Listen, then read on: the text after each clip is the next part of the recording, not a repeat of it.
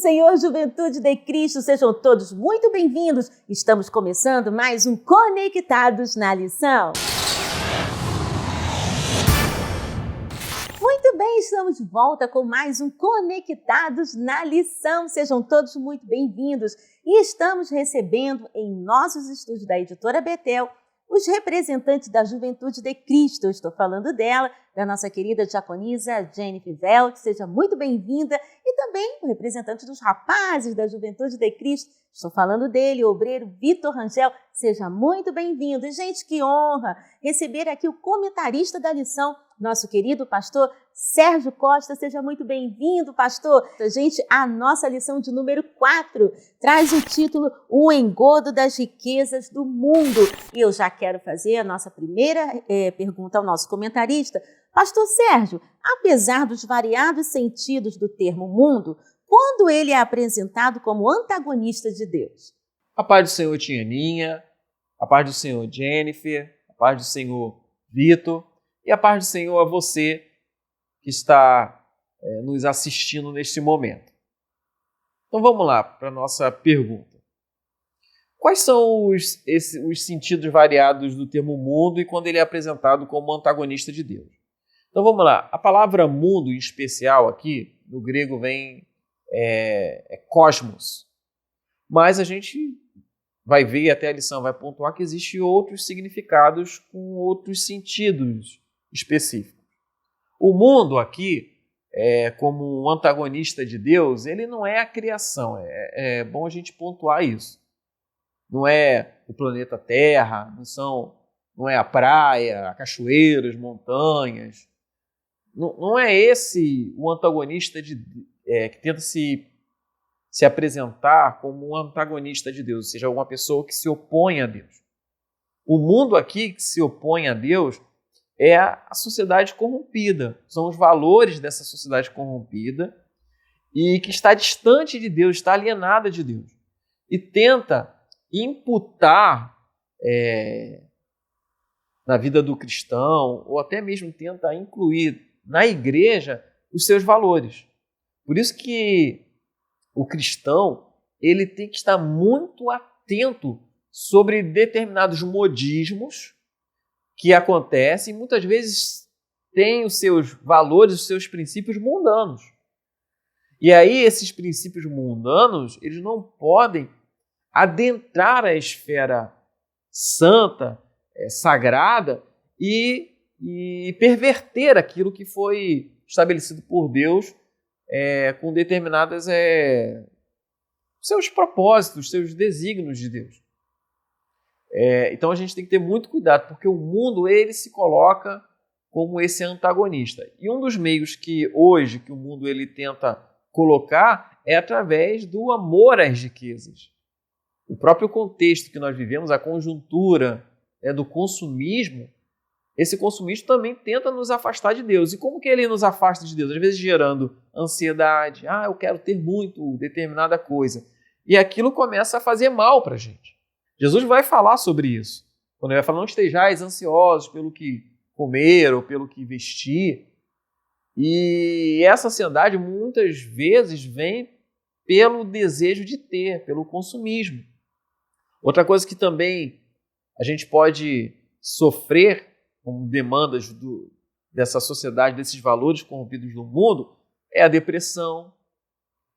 Ou seja, é uma tristeza muito profunda sobre coisas que a gente já vivenciou ou várias sequências de frustrações da nossa vida pode gerar uma depressão. E, por fim, também o nível de estresse.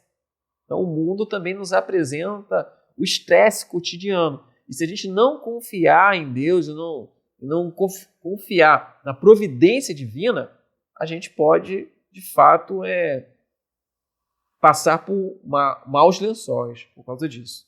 Essa nós conectamos. Pastor, mas qual é o perigo das riquezas? Obrigado pela pergunta. Então, qual é o perigo das riquezas? Vamos lá. A riqueza em si, ela não é um pecado. A gente vai ver que Jesus tinha discípulos que eram abastados, tinham uma boa condição financeira. A gente pode citar aqui a figura de Nicodemos, a figura de José de Arimateia. O próprio Jairo era um principal da sinagoga, então eram pessoas que tinham uma condição financeira. Na igreja primitiva, a gente vai ver o próprio Barnabé, que vendeu ali uma herdade, ou seja, uma propriedade, e com aquele valor ele depositou ali na condição dos apóstolos para eles administrarem. Então, ter uma condição financeira boa não é um pecado. Qual é o grande perigo, então, das riquezas? Então, a gente pode elencar alguns aqui. Primeiro é a avareza. O que é a avareza? É o amor ao dinheiro. A pessoa que ama o dinheiro.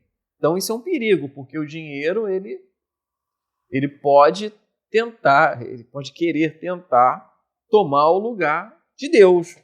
E quando eu falo tomar o lugar de Deus, não no seu poder, não na transcendência do ser de Deus, mas, de fato, a cultuar o dinheiro, você viver uma vida para ter dinheiro. E isso é perigosíssimo, porque o dinheiro, o amor ao dinheiro é um senhor.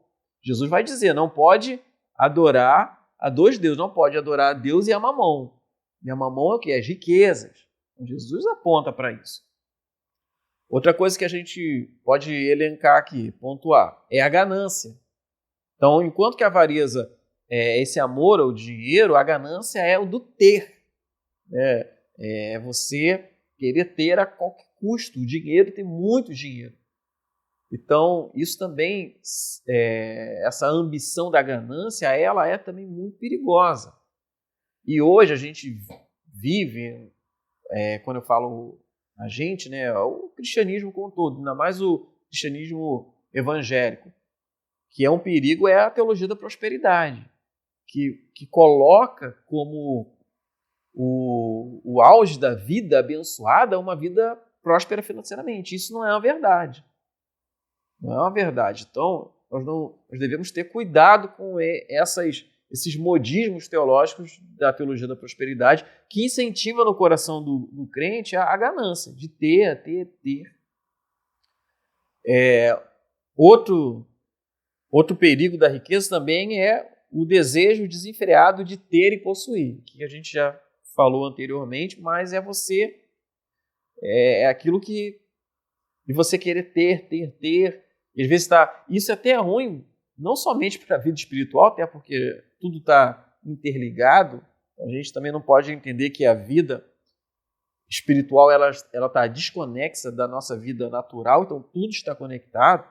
Mas a pessoa às vezes que aí recebe um salário e aí gasta, começa a comprar um montão de coisas, começa a se endividar, aí depois quer colocar a culpa em Deus. Mas Senhor, eu dei o dízimo e entrou o devorador. Mas entrou o devorador porque você se endividou, porque você sabia que recebia tanto. Então isso a gente tem que ser vigilante, porque o mundo está aí e oferece ali os manjares para que a gente venha cair. Então não adianta, às vezes a pessoa às vezes ela tem até uma vida certinha ali de entregar o dízimo ao Senhor, mas financeiramente ela é desregrada porque ela quer comprar tudo. Então a gente tem que vigiar nessa parte financeira também, porque a realidade humana, seja espiritual ou a natural, elas não estão desvinculadas. Apesar de sermos seres tripartidos, de corpo, alma e espírito, nós também somos seres holísticos, seres integrais, ou seja, um ser que todas essas realidades estão interligadas. Muito bem, lembrando que a Editora Betel disponibiliza subsídios para sua interação e ampliação do seu conhecimento. Claro, gente? O PIL, Plano de Incentivo à Leitura. E estamos recebendo hoje aqui o representante dos rapazes da Juventude de Cristo. Eu estou falando dele, o obreiro Vitor Rangel. Seja muito bem-vindo. Vitor, o que o PIL traz para a gente nessa semana? A paz do Senhor, Tianinha. A paz do Senhor, Pastor Sérgio. A paz do Senhor, Jennifer. A paz do Senhor, Juventude de Cristo. O PIL dessa semana, que é o Plano de Incentivo à Leitura, tem por tema Reforçando as Trincheiras da Fé. O que seria trincheiras? Trincheiras eram esconderijos que os soldados se colocavam para poder se esconder do seu inimigo, do seu adversário.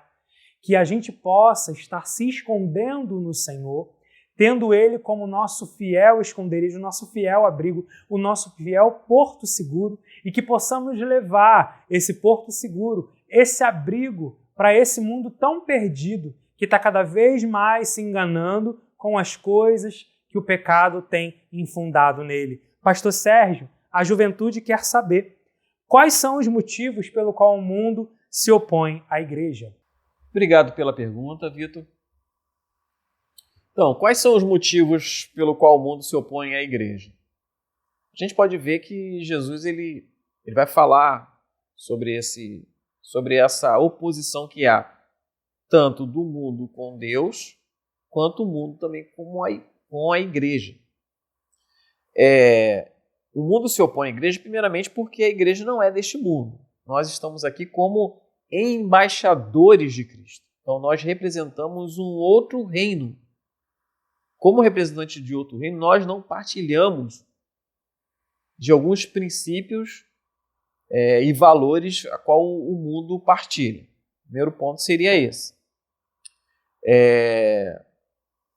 E também a gente pode dizer o seguinte, que assim como que por meio da igreja é que o Espírito Santo ele transforma e regenera o mundo. Ou seja, o mundo acaba sendo transformado pela própria igreja. Então a igreja transforma o mundo. E o mundo, de certa forma, ele perde espaço por causa da igreja. E toda vez que o mundo olha para a igreja, ele também se vê como um condenado. Como assim como um condenado? É porque a igreja representa o próprio Deus.